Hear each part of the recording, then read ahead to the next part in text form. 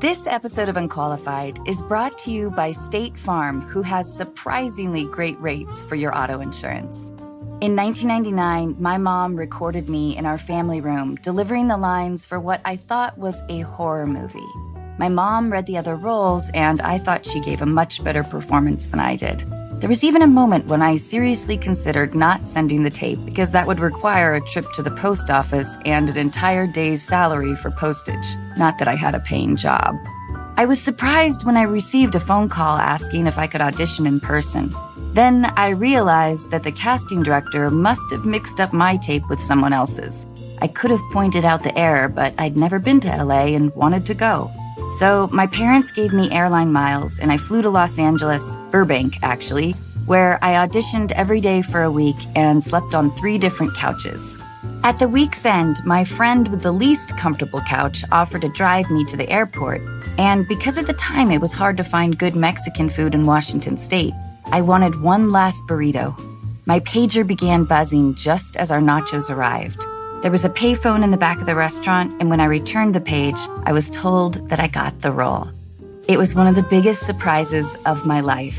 I was also surprised to learn that Scary Movie was actually a comedy. This was after my audition. Speaking of nice surprises, State Farm provides coverage that meets your needs at a surprisingly great rate. Like a good neighbor, State Farm is there. Call or go to statefarm.com for a quote today.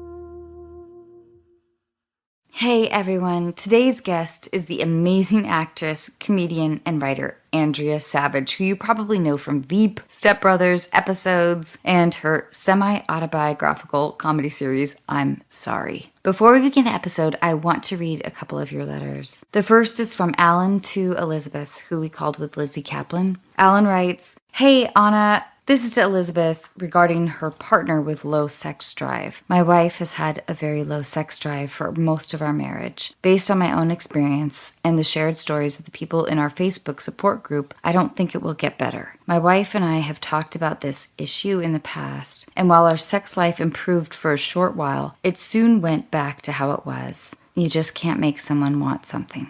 They either want it or they don't, and you need to decide if that's something you can live with. I know this seems defeatist, but you will only be disappointed if you are unrealistic in your expectations. It is difficult, if not impossible, to change someone, maybe even unfair to ask that of them. I wish the best for you both, Elizabeth. Alan. Alan, thank you so much. And thank you, Elizabeth. This next letter is from Miranda to Judy Greer about Judy's weird backyard discovery. You can see a picture of it on the Unqualified Instagram. Miranda writes, Hey Judy, I think your dirt man is a statue of Saint Joseph. Sometimes people will bury a little figure of him when their house is for sale. Joe will work hard to sell your home and bless the sale. My mom is a realtor and actually recommends this to her clients. I don't think it's bad juju if you find him, and I think it was really nice that you kept the one you found for so long. Usually people retrieve them after selling their house. Thank you so much, Miranda. And we also received quite a few letters confirming the identity of St. Joseph. So thank you also to Kelly, Andre, Tanya, Chris, and Jen for helping solve the mystery. I love you guys. I do have to say that Judy St. Joseph is pretty spooky looking. Definitely more doll that comes to life and kills people than real estate agent. But maybe he's both. I don't know. Somebody's got to write that script.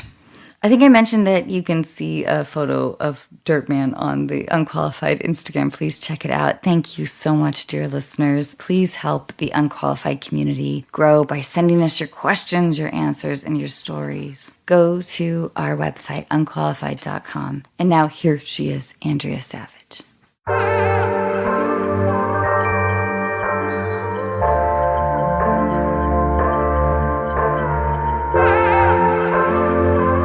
Ladies and gentlemen, you are listening to Unqualified with your host, Anna Faris.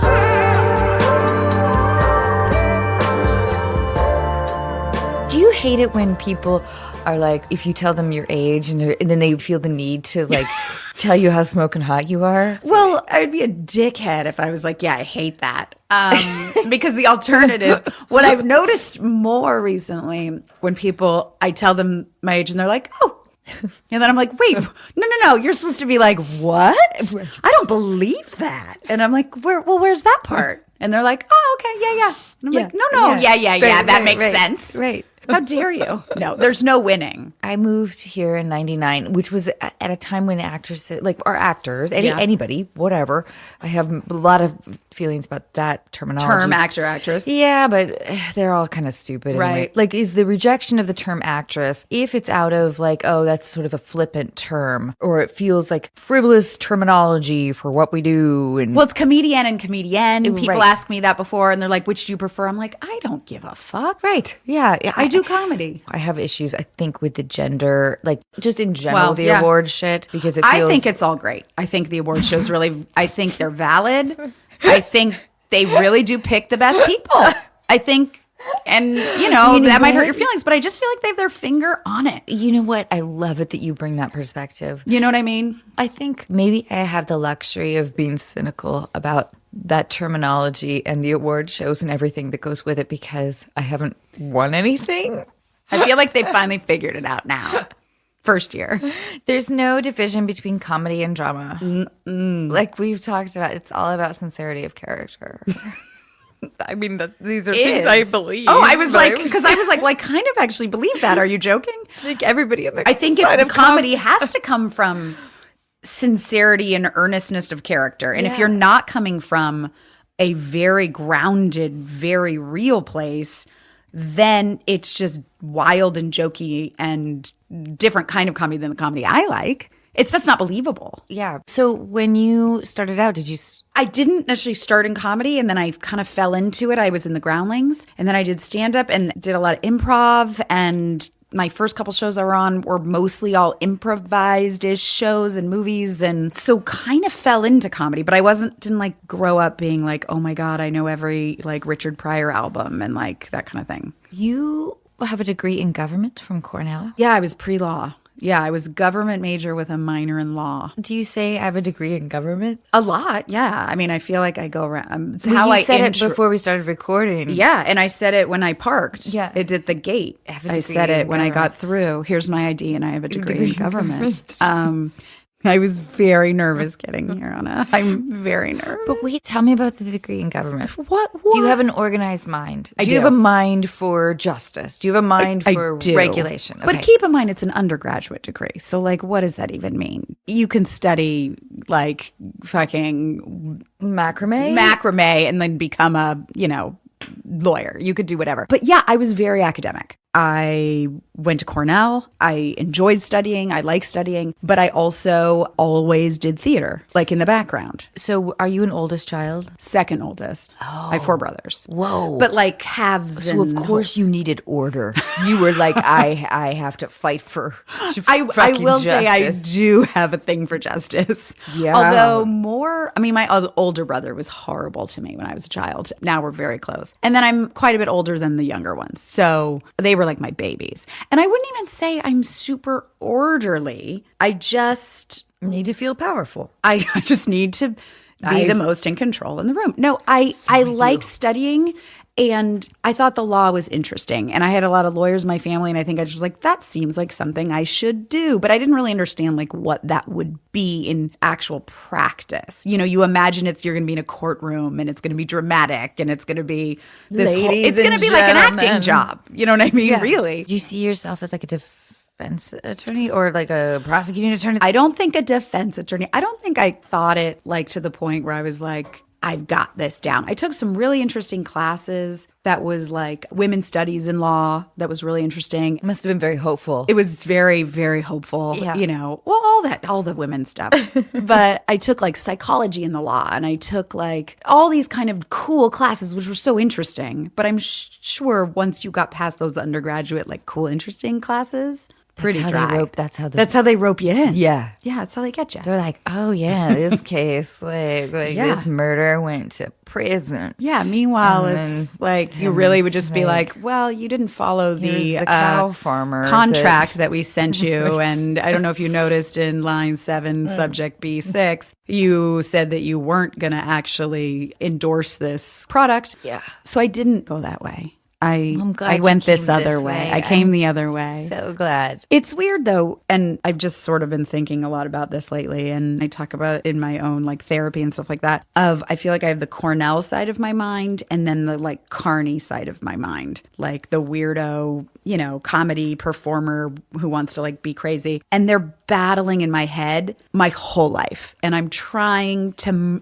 get them to make out a little. So does that mean that you view one side of your brain as being like naughty and like potentially offensive, or Not even naughty, but irresponsible potentially, or not like thinking through, not logical. It's not being like a smart person. I think that in LA, I feel that the pressure to be sort of put together and in a way that makes me act childish. Oh, that's interesting. I was hoping that we could turn this into my therapy session. I would, by the way, I am Tech Avail. You already said it was interesting. I already said it was interesting.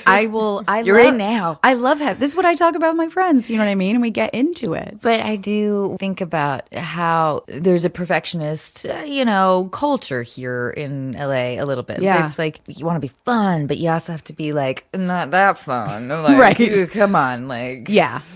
Not irresponsibly fun. yeah. But it's weird because in comedy, especially when I was coming up, I felt like I had this really rigid part of me. And even the decision to become an actor was so riddled with angst because I grew up in LA and being an actor seemed like the most irresponsible, illogical thing you would do because it was just like, well, that's a ridiculous thing. Nobody actually makes it. Like it just seemed impractical. Yeah. And being an actor or comedian or whatever, doing what you do, you have to take risks. You have to be kind of impractical and illogical because it doesn't make any sense what we're doing. Did your parents, were they like great? It was a mix. Yeah. I mean, they were supportive, but I think they were sort of like, okay, she's a really good student. She'll do this for like a year. She'll have a little fun and then she'll go back to something practical. But they've been supportive. And I think because I found a way to sort of merge these two things in my mind because I run my own TV show. And so I write the show and I do post and I produce and then I'm on the show and that kind of stuff too. But it's like a lot of organization and practical and this and that mixed with I get to tell dick jokes. I love that because I can relate to it. The idea of like problem solving, not to your level, but I don't know. You create stuff, and the fact that you even like created this podcast again, and I didn't tell you before, but you doing this inspired me to make my podcast. Thank you. Like truly, truly. Thanks. One thing that I was so struck by is I was like, there aren't people who are actual, and now I think there are more, definitely. But when you were doing it, you were one of the only women who were doing Thank it. you. Oh my God. And thank you. it really, because I was like, well, what women are doing this? And I was like, only Anna Faris. And you were a working actor who was doing it and still having a successful career. Thanks. And that inspired me because I was worried about doing it and how much do you have to give of yourself. And I also was like, I want it to be just fun. And like, I didn't want it to be super deep or dark. I was like, is anyone doing how I imagine what I would like? And you were the one. And I was like, all right. Thank you. It came out of feeling a few things. I just wanted to talk to people. Yeah. I was at a lonely stage in my life. Yeah. But because I struggle a lot with social media, So do I. it's like, why? It's how much of yourself do you want to give? And how do we express that honestly with like Instagram or Twitter? Like how do we portray ourselves that doesn't seem like, well, oh yeah, we are in like LA. I don't know. That doesn't seem privileged or give an impression of what we aren't, but you also don't want to give everything about yourself away. So you want to protect a little bit of yourself too. Yes, yes. But still connect honestly. It's a tricky thing to navigate. And I don't think people necessarily understand how tricky it is to navigate. And again, I'm not somebody who like goes around. I mean, I don't not compliment people, but I'm not someone who like walks in place and I'm like, this is why I love you. But I just wanted to tell you coming in, you navigated what I think is a very tricky thing to do incredibly well and incredibly thoughtfully and incredibly intelligently. Thank you, Andrea. That means a lot to me. Truly. And you're saying it came from a lonely place. That's where I think like a lot of times like my show came from me going, what the fuck? I'm approaching 40 And all the roles coming to me are now these mom roles, and I don't want to be harried, and I don't want to be sexless. And why can't I be funny still? And why is all this being pulled away from me? And I'm going to create a nuanced, different character, and I'm going to force it to happen. Tell me about your podcast experience. Do you enjoy doing it? I have had sort of a strange experience with it, and I have enjoyed it. And mine came from also sort of a lonely place, because I'm currently about to start shooting season 3, but it takes me like 14 months to do a season from when I start writing to when I wrap post, because I do all the parts. And so for 3, almost 4 years now, I am kind of in a bubble. I only basically work and see people at work, and I see my daughter and my husband. And that's it, really. And I've lost touch with a lot of friends, and I've lost touch with just hanging out and just fucking around. And I was like, I miss my friends. I miss just sitting in a room and not having to plan it all, and the production that goes into producing a show and all this. I had this little break in between the seasons, and I felt so lonely. And I was like, who are my friends still? I feel like all my connections have sort of floated away. And I also was like, I just want to do something that's an hour of fun, because I feel like I'm gravitating towards watching shows and listening to things that are just fun and not dark and not mean and not all these other things. And I was like, I want to just have an hour of that where we just laugh, and it's me laughing with my friends and playing games. And that's really where it kind of stemmed out of, because of the timing of it all, when I banked them all and then went right into writing season 3. So I was trying to do it earlier in the summer. So it's been navigating, producing the podcast and getting that all going as I'm also show running a show. So it might put me in my grave, but I've been enjoying it. But it's been fucking hard. No. When we first started out, it felt like, this is a fun hobby. People come over to my house. Yeah. Like we have a little barbecue every now and again or whatever. But what's been amazing is our listeners, because to me, it just feels like such an intimate space. Yeah. But I was stupid enough when I first started that it was like, I'll just order microphones and if I knew what had actually gone into it, because I feel like I had a couple friends who also do podcasts, and they were like, it's so easy, just blah, blah, blah, blah, blah. And I was like, okay, I'll just do this. And I kind of like, sort of waddled through it, and then got halfway through and was like, you all are fucking liars. And I emailed them. I was like, what the fuck? And they were like, well, yeah, no, it is actually hard work. I was like, how? Why would you have? But then you're too far in it. When you realize it, then you got to just keep going. But if you really thought through everything, you'd never do anything. Yeah. Okay, studying abroad. Yes. You were in Seville. I was in Seville. Sevilla. Mm-hmm. And that was during college? During college. You're at Cornell. I was at Cornell, but it you're was like, listen, I got to get out of here. I got to see the world. I spoke Spanish. I could understand it well and read it really well. I could write it, but I could not speak it. It was just nervous to speak it. You feel so lame. Political, philosophical conversations that never happened. Wait, can I tell you what I had to study when I was in Spain? Please. While I was there, had to go to the University of Seville and take classes at their university in Spanish, in law. Like, it was crazy. I had to take comparative politics of South America, I remember. And I was just like, what the fuck is happening? I'm literally like the only American in this class. And they're just blah, blah, blah, going. By the end, I was actually fluent in Spanish and could dream in Spanish and think in Spanish faster than English. But that was after like 7 months. Comparative politics of South America. Or I couldn't get enough credit to have like made it through the semester. I didn't have to get a good grade. I just had to pass it. But did you have a good time? I had the best time in Spain. Oh, it was great. Did you fall in love? No. It was so interesting. I sort of had that like, I'm going to go to Spain, meet some Spanish lover, Yeah. Men and women can't be friends, at least back then. You weren't friends in Spain. And you either lived at home or you lived with your spouse. So like there was no dating scene, and it was like very formal. And I couldn't get in there. I couldn't become friends with someone first, which is the way I feel like in the United States, you kind of meet someone, you're kind of friendly, you kind of realize you have like a thing. It was like you either are on a date separately. Right. There was no like you go to a party and you all hang out together. It was very formal, and Southern Spain was a little more formal. Again, this was 1,000 years ago, and I'm sure now everyone's just like fucking all the time. And I was there at the wrong decade. And I should go back and just get into it now. You know what I mean? So I didn't. I did have one little brief affair with a Jose Luis. Ooh. It was very brief. I met him in this small town. They have like constant parties that go all night, like in the streets of every Spanish town. And so I met him and we exchanged, I think, like addresses because I didn't have access to a computer and it was before there was like phones. Yeah. And we like met up in another small Spanish town for, yeah, but we didn't have sex or anything, but we made out. Still. It was not people who like had a lot of sex. Like it was interesting. Yeah. But Spain was amazing. And I think studying abroad is amazing. I've never been happier. I had such a great time. I've never been sadder and more lonely. Well, that's and more like missed home, but then got to the other side of it. And you actually studied. Yeah, I actually did to study. But it wasn't like, compared to Cornell, like it was pretty easy. Really? Yeah.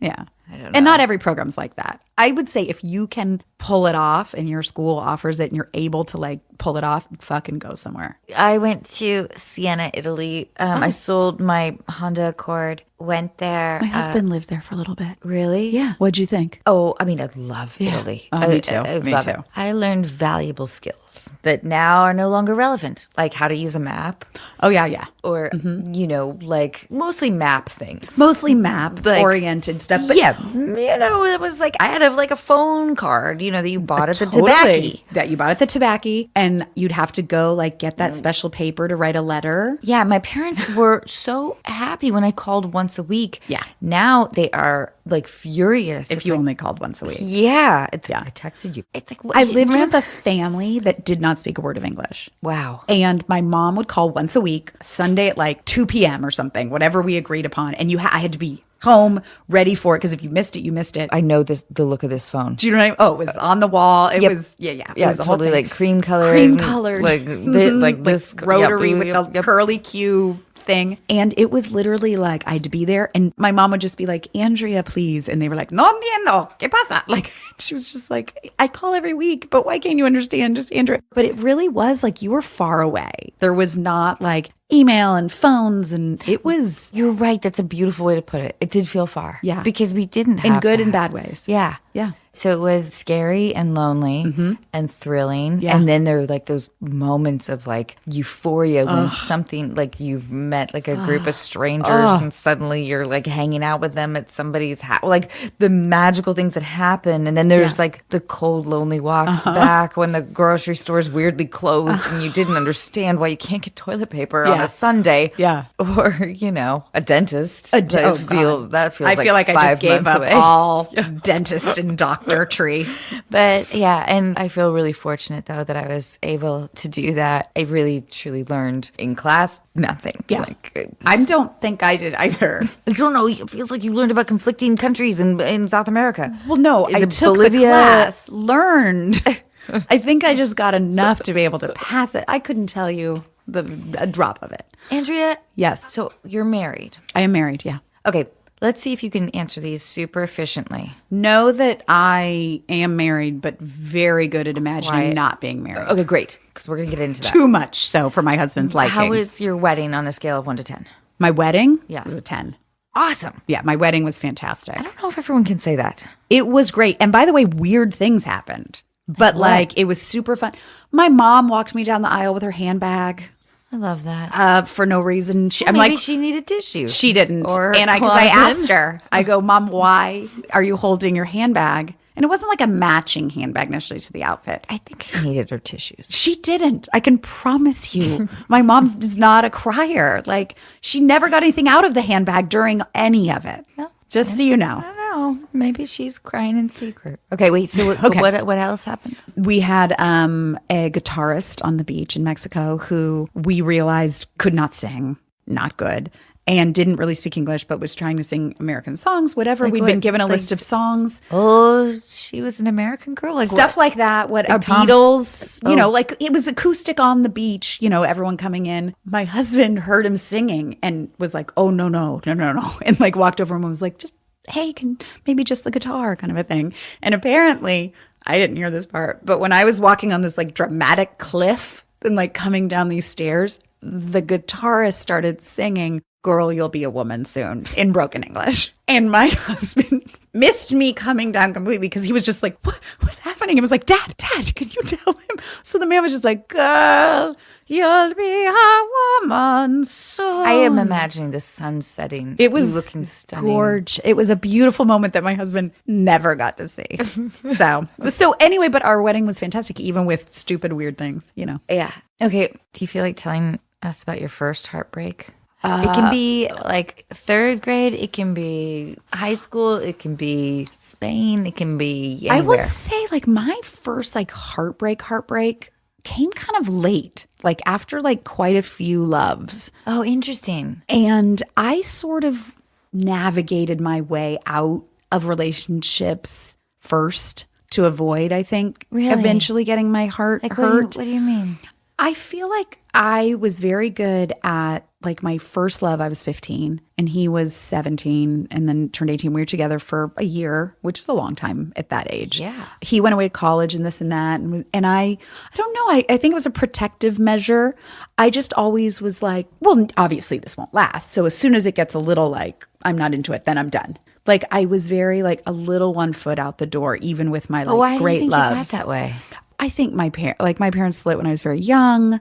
Yeah, I think it's like kind of a protective thing of just going, I'm going to get out before that person hurts me. Right. As long as I don't love them so much that if they left, I would fall apart. Right. Then I'm okay. Then I'm safe. And so I think I kind of lived in that zone for a while. And then maybe I was like 24 and I fell in love with someone who lived across the country, but not like in a city that I could possibly ever move to, like a small city. How did you meet this person? It was actually at my college reunion. And he wasn't in my class, but we met for this like crazy weekend in Ithaca, New York. And we like literally like fell in love overnight. And like we both switched our tickets, like one of these things. And then we kept this relationship. We'd fly back and forth. And he lived in upstate New York in like a smaller town. And then eventually it was just neither one of us can move ever. And it was the first time that I'd sort of given all of it. And I was just laid flat, devastated. Oh. Yeah. And it was just, there's nothing to do. We talk to a lot of callers. A lot of our conversations are about heartbreak. Yeah. My argument is that I think that heartbreak is an important. I can tell you for sure, as somebody who avoided it for so long, I didn't start becoming like a real person, be able to really engage in relationships until heartbreak. Right. It's the same as, I think, career. Like you kind of have to have that big heartbreak and pull yourself up from it to like really understand then when you get your next positive thing, how important it was. Because before your first like heartbreak, you kind of take it all for granted. Do you think that heartbreak feels very differently at different stages in your life? Like there's my third grade heartbreak and there's like then there's like your 16-year-old right. like, oh, I didn't get asked to prom, which feels like by the guy that I want, or right. I asked someone, they said no, or whatever it is. There's that heartbreak. Yeah, there's so many. I don't know why. I was recently thinking about that in regards to my period. I know this sounds like such a strange transition. No, I love punctuation. Just the idea of all the different ways your period, I think because I'm in a place, my daughter's 10 and I'm starting, we're not just starting, but talking about these kinds of things. When you first hear about a period, it's the craziest thing you've ever heard in your whole life. You're like, and this happens once? That's one time that this blood is what is happening? And so it's crazy. And then you get it, and either you get it early and it's terrifying, or everyone else is getting it and you're like, when is this coming? So it's like this whole kind of thing. Then you go through your period of years where if you don't get it, you're fucking shit in your pants. You're like, what the fuck? Oh my God. You're terrified of not getting your period. Completely. Then you try to get pregnant and your period comes and you're like, oh, fuck. Didn't work that much. You know what I mean? Yeah. So then it like takes on a whole new thing. And then you have your child and then your period doesn't come back for a while. And then you're like, finally comes back. You're like, well, look at us. We're back to being a lady. You know what I mean? Again. And then, and I haven't hit this part of my life yet, but then I imagine with like menopause, when it starts to go away, you're like, oh my God, all I want. And I just think it's such a strange journey for this like one like biological function to take on so much. You're so right. I feel like somewhere like in your 20s, you realize that it looms larger with the men in your life than it does with you. kind of. Like they're weirder about it? Well, yeah, or that it becomes like, oh, well, maybe she's on, like maybe where it's like, well, I didn't even think about that part. Do you know what I mean? Yeah. Like then there's like a little bit of like, I didn't actually think it was that big of a deal right now. Well, because I've been living with it for, a decade at least. And Well, it's kind of the first time a lot of those men are living with it. I guess so, but I also And feel also like, they like to be like, right, are there's you like- on your period? Right, there's a bit of an excuse factor that feels baffling or something. I don't know. Yeah. This episode is brought to you in part by Plant Botanical. As everyone slowly comes out of hiding, many of you are asking the same questions. Am I ready for actual human contact? Should I swipe right? Will they look like their picture? Do I look like my picture? Is that the face of an axe murderer? Do I really want to take off these sweats? And for those of you who get that far, what drink should I be casually sipping? I have the answer to that one. While your date sits awkwardly silent, stunned by your good looks, dazzled by your intellect, or wondering how to dispose of your body, the drink in your hand should be delicious, refreshing, crisp, clean, Plant Botanical Vodka Seltzer. Weighing in at only 1 carb, made with real fruit and botanicals traditionally used for stamina, immunity, and detox, Plant Botanical is already thinking about your future encounters. Follow and DM @PlantLovesYou and share a story or video of your funniest, wildest, or most awkward date for a chance to win up to $1,000 for your next one. Plant Botanical, your perfect companion while you look for your perfect companion. Available at Target, Pavilions, Vons, Total Wine, or visit PlantLovesYou.com to find a store near you. Plant Vodka and Vodka Seltzer. Just the good shit. Okay, wait. Yes. How did you meet your husband? Do you mind me asking? I'm offended that you've asked such an You do offensive seem easily- question. I'm sorry. I invite you to. How fucking dare you? My husband and I met when we were in high school, and I was 15 and he was 16. Wait, he's not the first boyfriend. No, we didn't date. We just knew each other. He went on a trip to Israel with friends of mine, and he was a year ahead, and came back, and I went to like a party like after the end of their summer where they all were like getting together after they'd been to Israel. And I grew up here in LA, and there's a school called Harvard Westlake, and I went to Westlake and he went to Harvard. And so he went to the boys' school and I went to the girls' school, but we just knew each other and we became friends, and we had a mutual friend in common. He was at my Sweet 16 party. Like before I could drive, we like did things together, but we'd never dated. I had a boyfriend, and I don't know, I just was like, he's cute, but not for me. And then we stayed in touch for a while, lost touch for a million years, and then reconnected weirdly like 30, I think. And it sounds so lame because he's a really nice person and not this way at all, but he is a talent agent, but like a kind, like great person. And there had been a show that I'd done, and he had seen some article about it in a trade and was like, oh my God, I didn't know she was acting and blah, blah, blah. And reached out to me, and we were like, I was like, oh my God, this is crazy. We should get together. And then we didn't. And then he had a dinner party, and I had just ended a relationship and was in like a little bit of a wild phase, as I'd like to put it. But I didn't bring anyone with me because I was like, I'm going to get my eyes on this Jeremy character after all these years. And then we kind of just became friends, like for a little bit. And then we were at a party together on 4th of July. And I literally just remember I was talking to someone, and I didn't really know a lot of people at this party. It was people he knew. And he was in a bathing suit, this red bathing suit. And I was like, talking. And suddenly I like looked across the party and saw him like in this red bathing suit, like jump into the water. I was worried you were going to say like a dive or a jump into the water. Yeah. He jumps in the water, but not like in a flashy way. He just got in the pool in some capacity. Just like in a modest way. It wasn't a Hollywood party. Not at all. And suddenly I was like, wait, what about Jeremy? Like, why have I not thought of him like this before? And then everything just shifted. Were you the aggressor?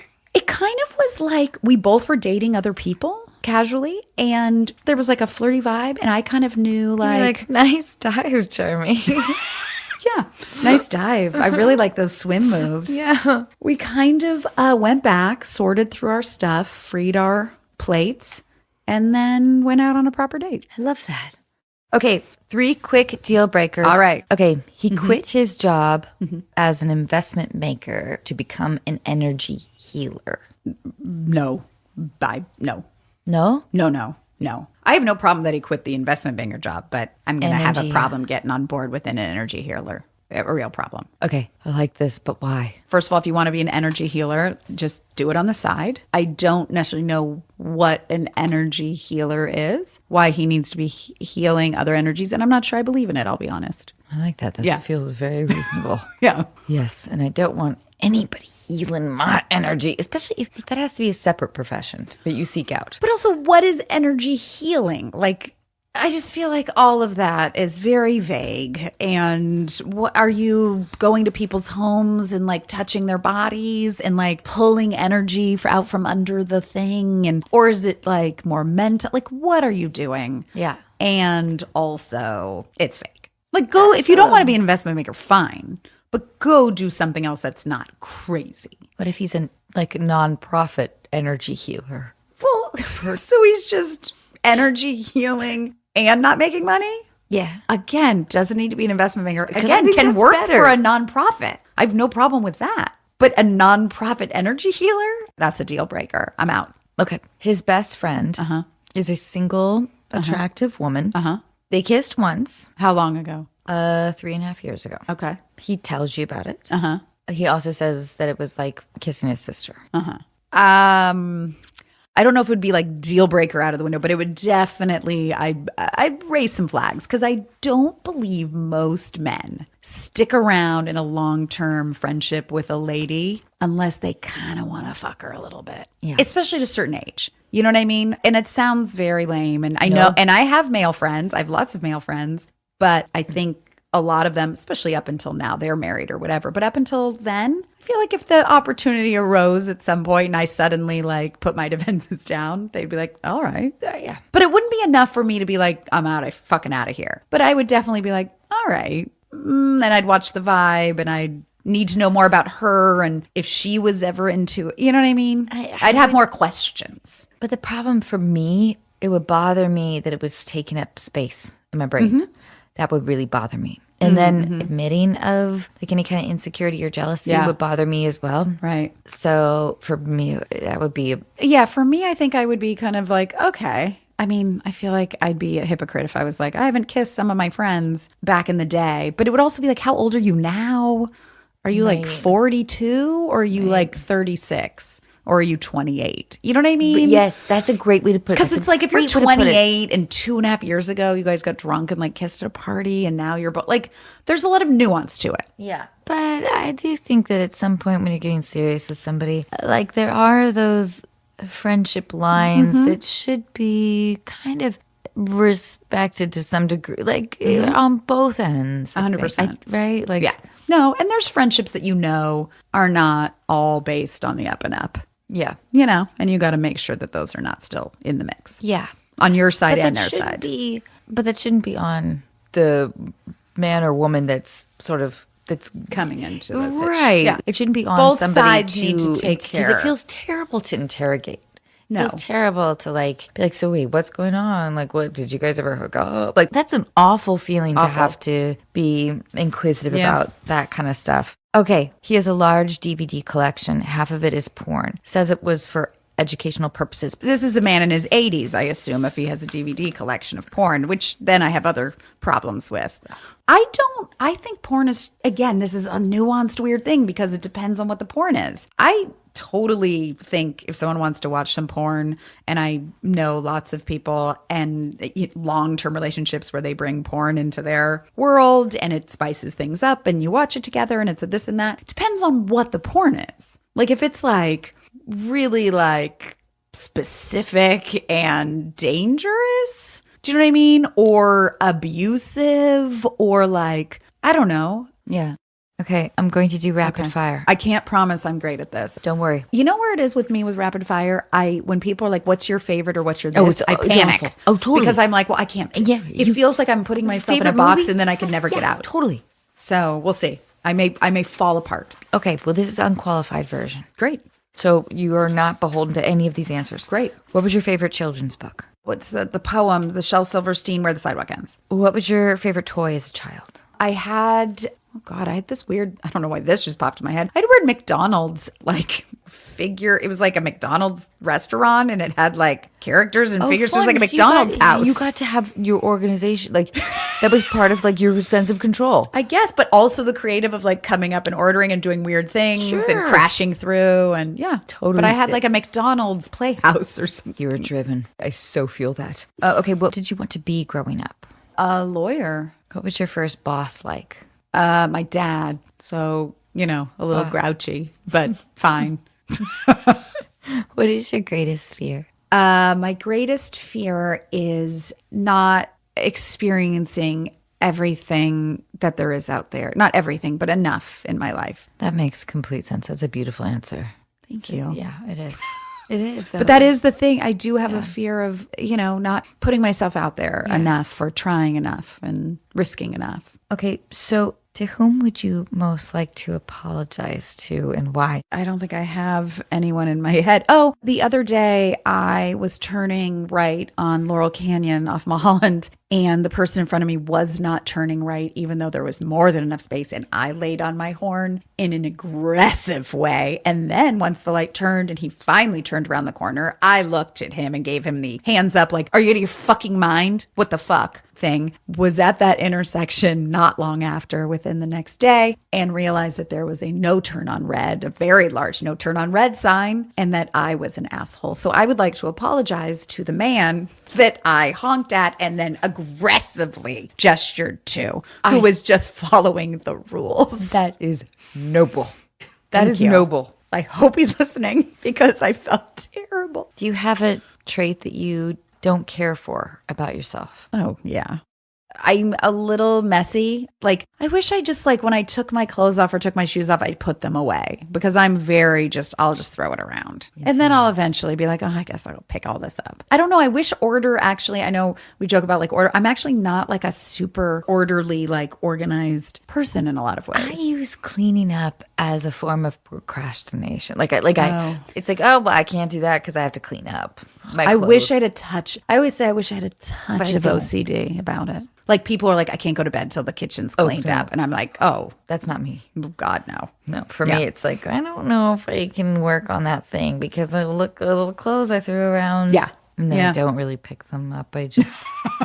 just move them, kick them. Spritz some couple of house plants. Well, at least you're watering.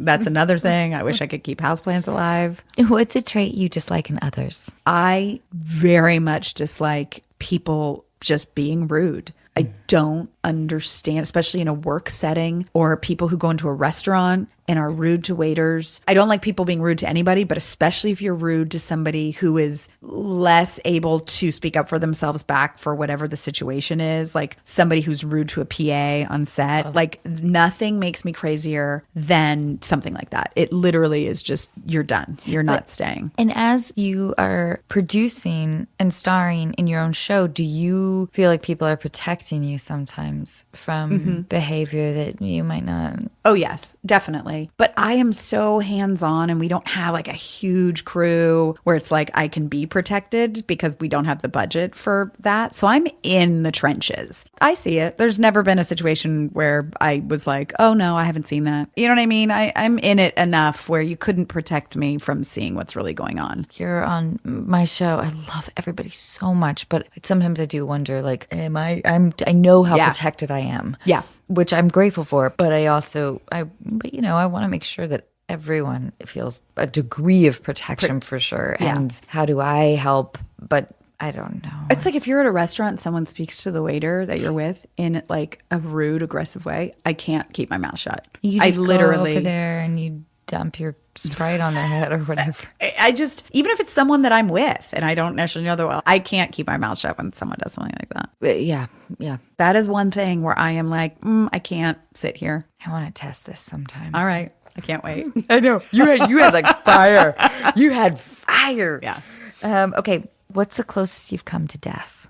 I know. What a crazy question. Jesus You have to. I know. I thought it was going to be like, I know. What's your favorite ice cream? Ice cream. Oh, bubblegum or mint? I don't know. What's the closest I've been to death? I feel like there's been a couple. Well, there's been a couple instances where I've gotten myself into situations where I easily could have been like murdered and no one would have ever known where I was or who I was with. Yes, me too. Especially when traveling.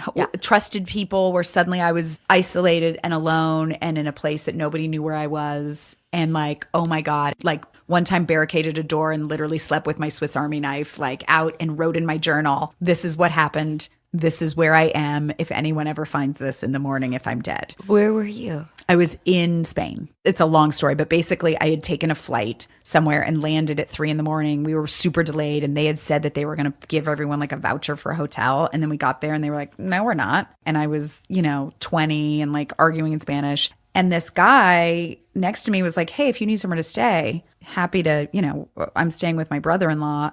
Like the stupidest thing in the whole fucking world. And I got in a cab and then realized I'm now in a cab with probably someone who's going to murder me. No one knows where I am in the world. It was before there was email. There's no like all of it. And it would turn into this crazy night. Nothing happened, but I literally like barricaded myself. Ooh. But you do get through some scary moments.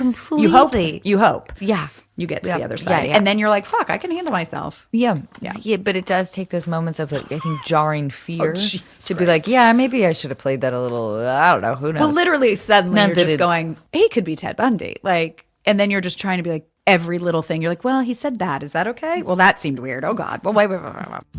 This episode of Unqualified is brought to you in part by Intuit, powering products like TurboTax, QuickBooks, Mint, and Credit Karma.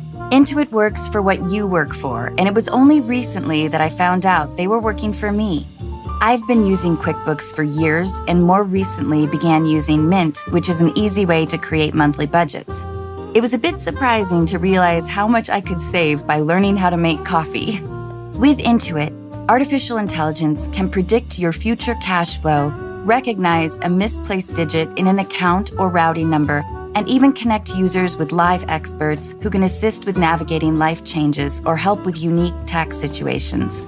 Everything is automatically organized as you track your personal or business expenses by scanning receipts, invoices, and other financial documents, while smart budgeting tools let you know before you overspend.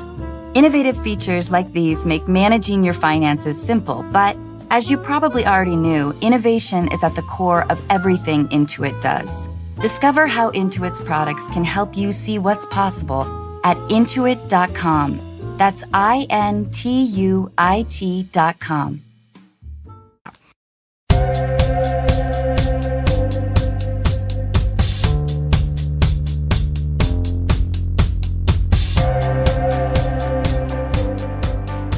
Okay, so we're about to call people. Hello? Hi, is this Celine? Hi, oh my God. Hi, it's Anna, and I'm here with Andrea Savage, who's amazing. Hi. Will you tell us what's going on? So a few weeks ago, my best friend from childhood and everything called me to let me know that she broke up with, quote, her husband, and asked me to sort of check in on him to be supportive to both of them. And it was very much out of the blue. They've been married for about 3 years, and I'd never really heard anything about any challenges in their relationship so far. The reasons that she was sort of discussing seemed pretty strange. It was about his sort of habits, his eating habits, their differences, and a lot of stuff like that. She also started sort of describing what she would want out of a partner, and it sounded suspiciously like a friend of hers, basically her rock climbing buddy. I pressed her on that to see if that was really what it was about, and she did sort of admit that her feelings for her friend, her rock climbing buddy, were a factor. And then she quickly said, should I tell my friend that my feelings for him, and should I explain all of that to him? And I was like, no, you should probably figure out your marriage first. But the next week, she ended up getting an Airbnb with her buddy and has since sort of started a relationship with him. So I also want to add that her husband and her, they're both amazing people. Her husband couldn't be nicer, couldn't be more loving and giving, and it's just, he checks all of the boxes, and so it all seemed really strange. So she has since started a relationship with this other guy, and I encouraged couples therapy, which they did start. I've been spending time with both of them and sort of being in the middle of all of it. I'm trying to get her to be honest about it, about everything that's happened, but so far she really hasn't been honest with him or with the therapist. she sort of thought that it would set him back in his healing with everything ending, but I really think it would give him more clarity in all of this. And I've been encouraging her to be fully honest, especially in therapy, but so far she hasn't been. I really want what's best for both of them. I want to be supportive to both of them, but so I guess my questions are, is it possible to be a friend to both of them in this situation? And yeah, how do I get her to be honest? Well, okay, so I think that it's so kind of you to be so supportive and loving towards both of these people. I do think that there's stuff that you can't fix, you know what I mean? Yeah. Even if your intentions are amazing, which they are, you can't bring them back together. And there's probably stuff that you don't necessarily know about. I'm sure that your friend's husband is grieving a little bit and maybe he's leaning on you. Is that correct? Yeah, both of them really. And so, of course, you're being put in the middle, which is a position that, while I know that it feels good to feel needed, but the problem is that it's just not something that the one can solve. Like, there isn't a way when he's crying and whatever that you can assure him that she's going to come back. Like, I understand wanting to be the fixer in this and the uniter in this situation, but that's an impossibility. Yeah. I mean, who knows exactly what's been going on in their relationship. And while the husband may be suddenly uncharacteristically vulnerable, maybe to you and needing you and sort of like, how do I get my life back on track? How do I get my wife back or whatever? But I think the only thing that you can do is be a good listener, which kind of sucks because I understand completely the inclination to want to solve and fix. Yeah. I think the other hard thing is because there's obviously this other person that your friend has gone to, that she has had a friendship with that's now turned into more of a romantic relationship. That may actually be her being honest. I know you're saying you just want her to be honest. It's possible that we don't know how long she hasn't been totally happy in her relationship. And being honest about that to you or to her husband might be too painful, because what is she supposed to say other than sort of like, I no longer wanted to have sex with my husband and decided I wanted to have sex with someone else, which is a painful thing to be honest about. And it might be as simple as that. Yeah. And do they have kids? No, they've been married for 3 years. They're about 30 years old, no kids. I think something that we don't always talk about too is the idea of like when someone's going through a breakup, there's this backlash. Like, I know I have done it a lot where I like revert to being a child. Mm-hmm. So it's like, this is not my fault. You don't understand me. Like, I know what I need to do. Mm-hmm. And you live in a very, in like this selfish bubble, which is amazing for a while. Yeah. And then people are like, we're not your friend anymore. And then you're like, wait, what'd I do? But your friend may be experiencing some of that. Mm-hmm. That sounds so accurate, like unbelievably accurate, because when this all started happening, it felt like we were back in high school and it was mirroring conversations we had about, casual things that were funny at the time. But then I was talking to my older sister about it, and she was like, she sounds like she's still in high school. Like, what is going on? Like, she's not in high school anymore. Yeah. She's totally regressing. And so that totally hits the nail on the head. And she might be making a huge mistake in her life, like truly, but we don't know. And it may look like she's making a huge mistake to you, but like there's no way to put a judgment on it. So it could be that it doesn't look the pretty way everyone wanted it to end, but because there's this other person involved in this and that, it may be that they were destined to end regardless of. And if she's giddy with a little bit of like newfound freedom and a little and like lust or whatever, there's nothing you can do to sort of but shake someone out of that. Yeah, but I just feel like that's the pattern that I've had. So maybe cut her a little slack with that. Yeah. I guess sort of another thought though would be like, how heavily is her ex leaning on you, and is that a burden to you? Yeah. So we've all moved from where we originally lived. So actually, I'm kind of a home base for both of them, which is a little tricky. Oh, yes, of course. So what makes this so difficult is that he is honestly like one of the nicest people in the world. And he's like, I want you to be her friend. One of the first things he said to me was, I want you to be her friend first. And I know this is, difficult. Like, he is just doing all of the right things and saying all of the right things. And he's not being possessive or anything like that. He's just being supportive of somehow me and her and all of this, and that just makes it harder because he's so great. Does he kind of have feelings for you? Oh, God, no. No. I am in a happy relationship, and we did like couples dates and everything, and there's nothing there. My boyfriend is very upset about the whole thing too, and so but nothing like that. I know it sounds like that. He's just a really nice guy like that. I think, Celine, you might be like sort of, this is your first big friendship, throws everything out of whack. And he's such a nice guy, and that makes it harder. But know that these are unfortunately things that do start happening. And not that this matters, but do you know, was she having an affair while they were together? So I had to push her to be honest about the feelings. I know her so well that it felt that way. She supposedly hadn't started the affair until 4 days after she, quote, broke up with him. Yeah, I have some questions about that. But I guess what I was going to say is, and now after seeing quite a few friends, I'll be honest, both sides of that thing of where they stepped out or were stepped out on. And I've always said, listen, and again, it sounds like maybe the timing's a little big, but it didn't sound like she was having an affair necessarily physical, but it sounds like it was a mental affair to a point. But people are going to start having, it sucks, but it starts happening. My whole thing that I just always said to my friends, if friends who did it and friends who didn't, is just do the right thing. And if you don't think something's right, or if you want to cheat that badly, just get out before you actually cheat. Other than that, that's sort of the only thing that I've held my friends accountable to, because it starts becoming more shades of gray, unfortunately. Yeah, and also, though, I think the big thing is that this kind of storyline will be happening a lot. But what you can do, though, Celine, is be a good friend. Attempt to, if you can, like to not pass too much judgment to either party. And be supportive, and you know exactly what to do. You sound like you're an amazing friend. It sounds like you're an incredible friend.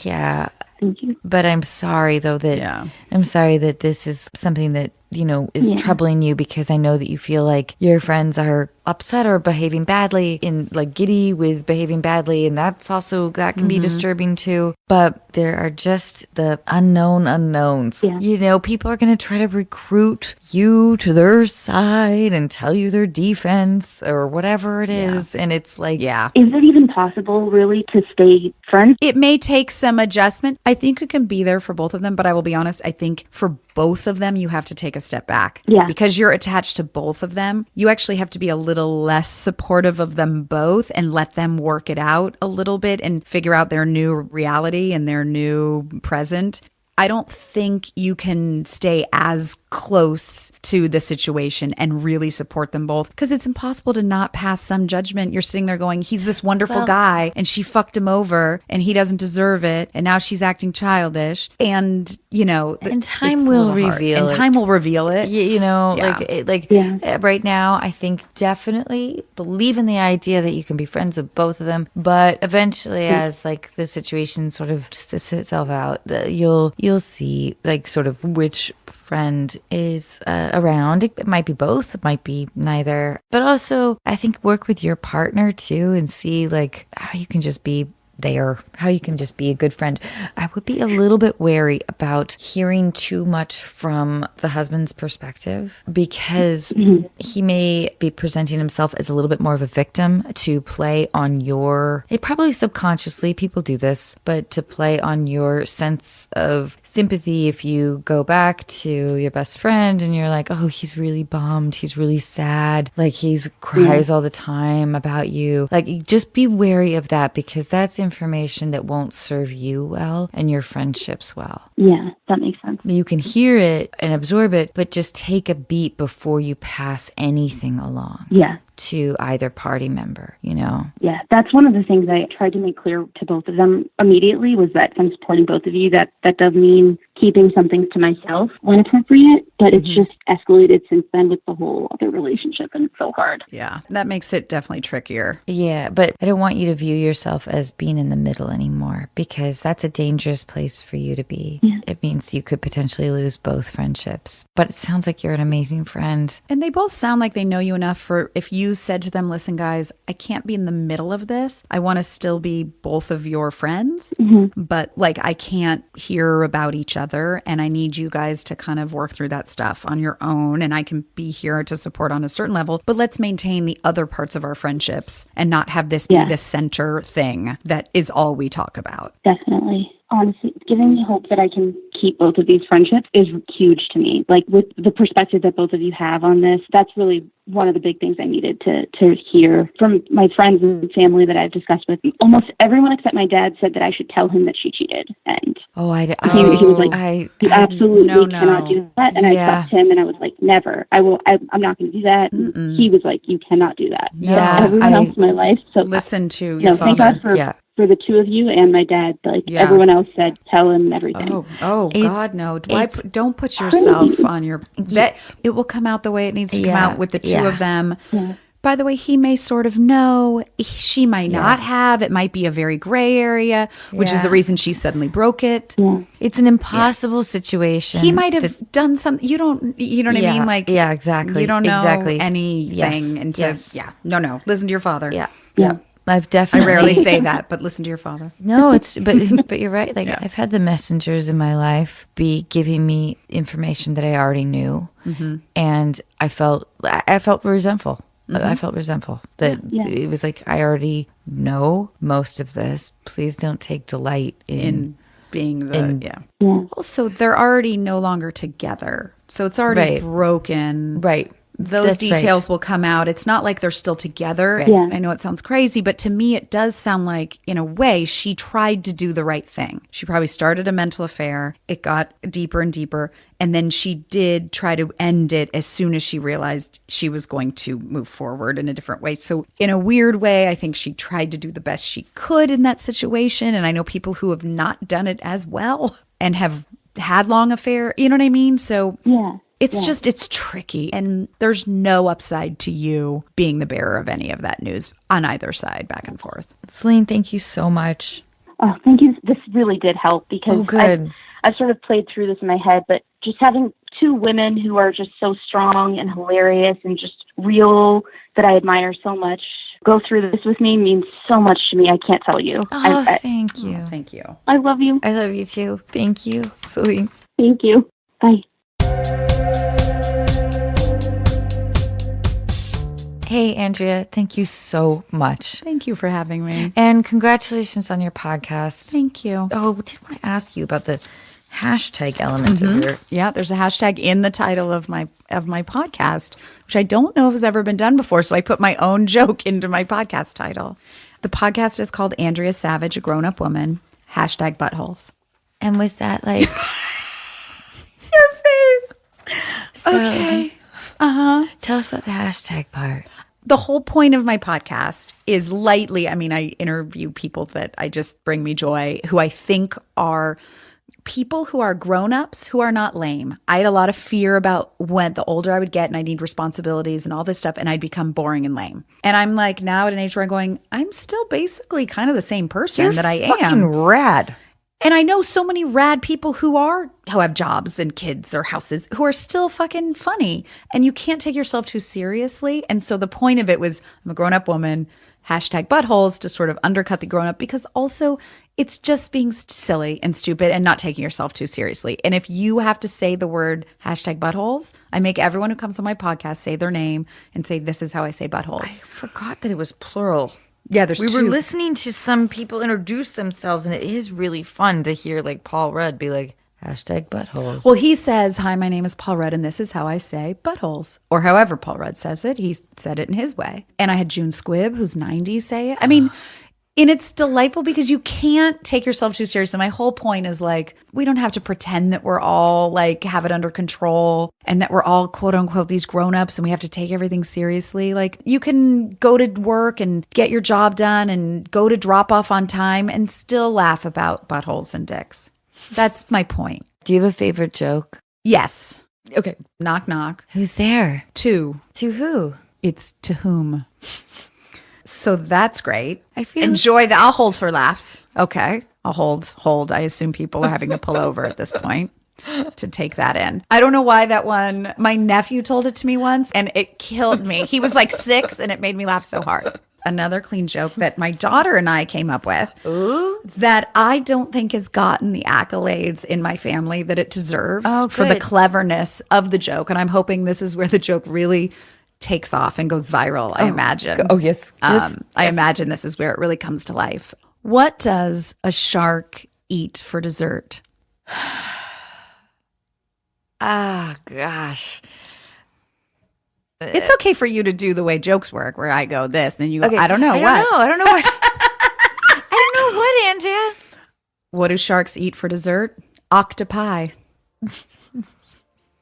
It's the plural of octopus. Pie, dessert, sharks. It's got less. It's a great kid's joke. I love that. Andrea, thank you so much. Thank you for having me. I am so thrilled. Thank you. You're just amazing.